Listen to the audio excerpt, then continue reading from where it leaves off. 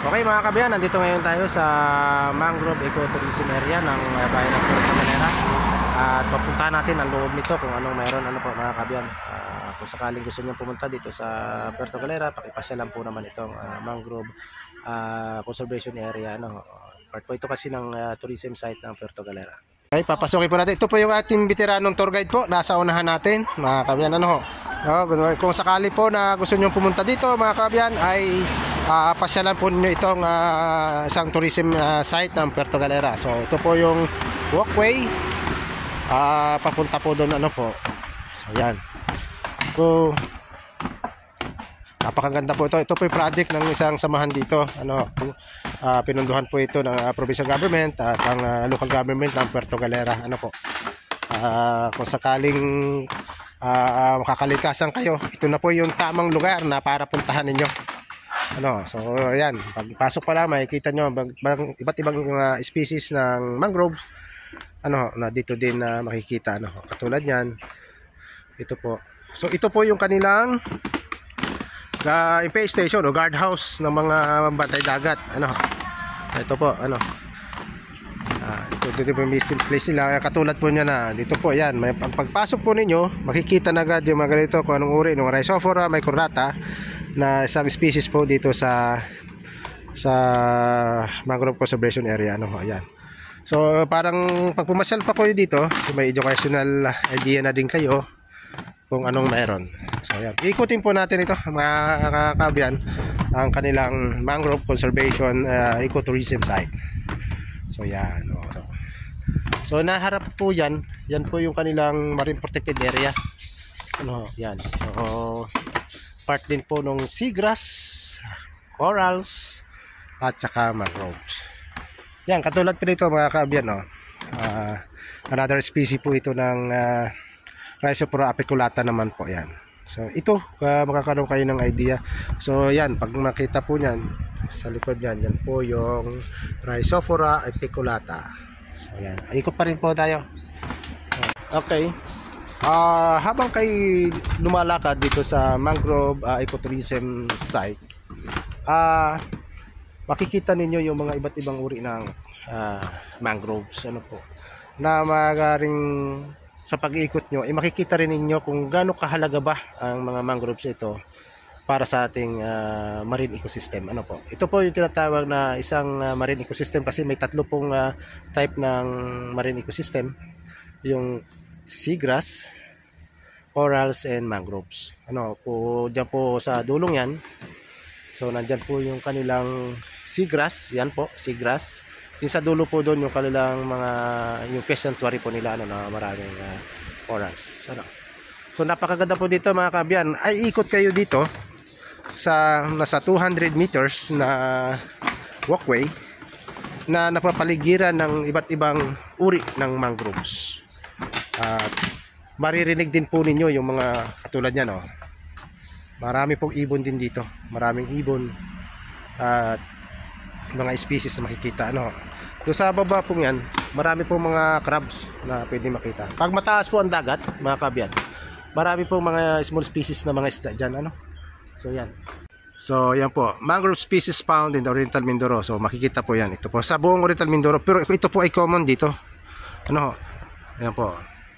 So yan, makikita ito sa Nauhan, makikita ito sa Tambong, Gloria, pero ito po ay common din dito sa nasabing lugar na ito. So yan, ikutin pa po natin mga kabayan. Okay, so yan, napakahalaga po ng mga mangroves natin kasi yan po yung isang nagpe-prevent ng mga erosion, siltation na nanggagaling po sa mga ating mga ilog o sapa. So bago dumating po yan sa seagrass, dumating sa dagat, sinasala na po agad nila yan. So yan, kita po ninyo, napakaganda po niyan. Yan. Ito pong Mangrove Conservation Ecotourism Site ay matatagpuan po sa Barangay Tabinay.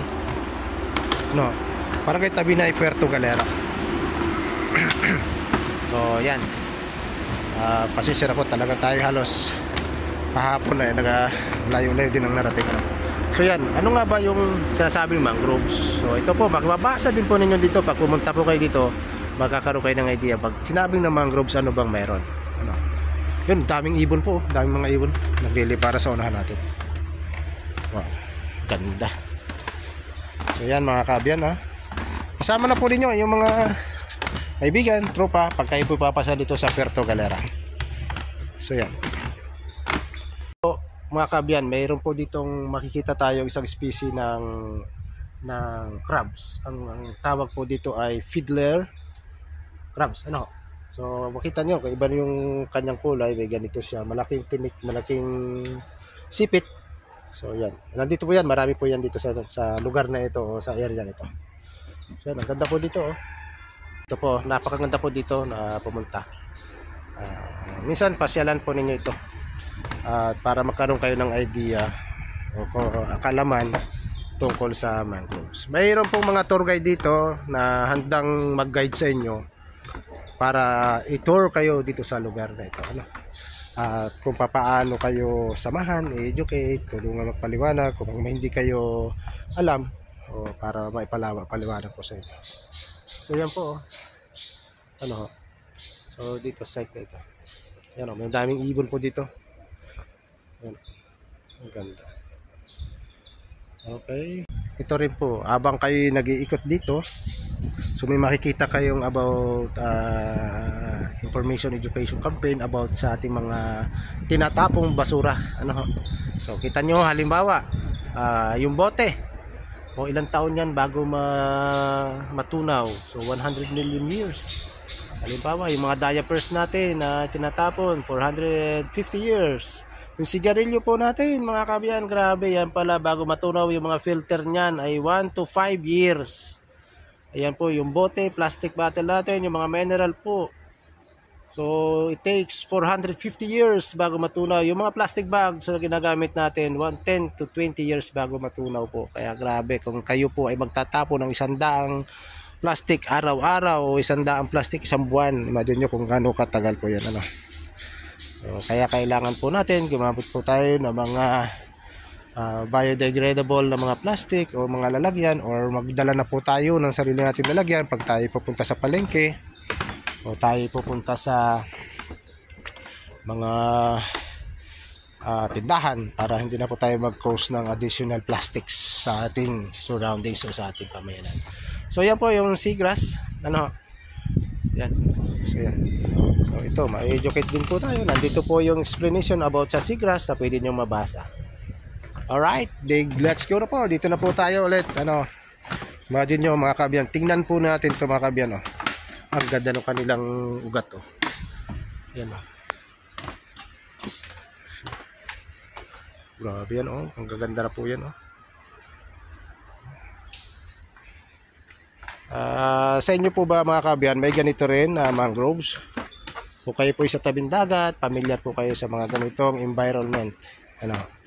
So mahigpit po yung pinagbabawal mga kabyan na pagputol ng mga mangroves. May mga batas po dyan na nakapaloob. Ano, at may karapatang mga violations at penalties kung kayo po ay puputol ng mga mangroves sa inyong lugar. Kaya again, iwasan po natin ang magputol ng mangroves. Ayan po, rules. So siya, pagpunta po dito, may mga rules po dito. Ano po? Ang sabi, bawal po tumakbo, bawal mag-dive, bawal mag-littering, bawal mag-playing, bawal mag-pushing, at no shouting. Ano, wag mo kayong tatakbuhan kasi unsafe nga po dito. Kasi nasa makitid na daan, tapos ngayon nga po may mga semento na madudulas katulad po yan. So ito pong lugar nito, ito po yung binadgetan po ng isang agency na ginawang konkreto na po ano. So nasa 200 meters yata po itong haba nito o 150 meters. So sa mga ganito po ay may mga kubo silang inilalagay. So again, pasyalan po ninyo mga kabyan ang nasabing lugar para makita po ninyo at masaksihan.